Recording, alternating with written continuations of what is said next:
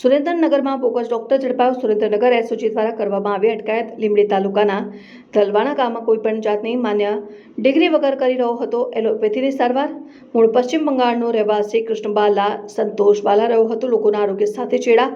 Red દરમિયાન આરોપી પાસેથી જુદી જુદી કંપનીઓની કુલ ₹14,720.53ની એલોપેથી દવાઓ કરવામાં આવી જપ્ત। એસઓજી શાખાએ તાત્કાલિક કાર્યવાહી કરીને medical officer Shri HN Parikh PHC પરનાળાને સાથે રાખીને ધલવાણા ગામે બાદની વાળી જગ્યાએ રેડ કરવામાં આવીને આરોપી કૃષ્ણબાલા સંતોષબાલા વિરુદ્ધ પાણશીલા પોલીસ સ્ટેશનમાં મેડિકલ પ્રેક્ટિશનર એક્ટની કલમ 30 હેઠળ ગુનો નોંધીને વધુ કાયદેસરની કાર્યવાહી હાથ ધરાઈ।